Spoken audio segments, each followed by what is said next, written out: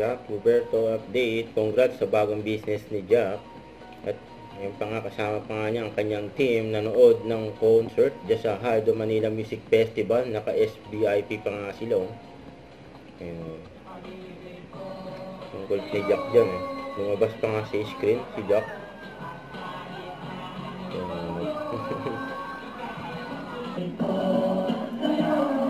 Anti-selos dance pa nga. Sa concert. Habang kumakasigla ako nga.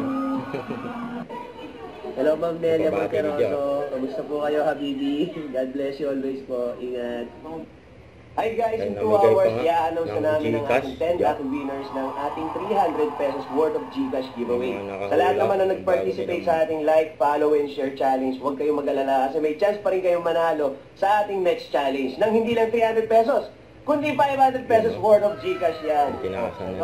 Visit and follow our social media accounts, JC Essentials, sa TikTok, sa Twitter, ay wala pa pala kami Twitter, sa Facebook at Instagram. Okay? God bless.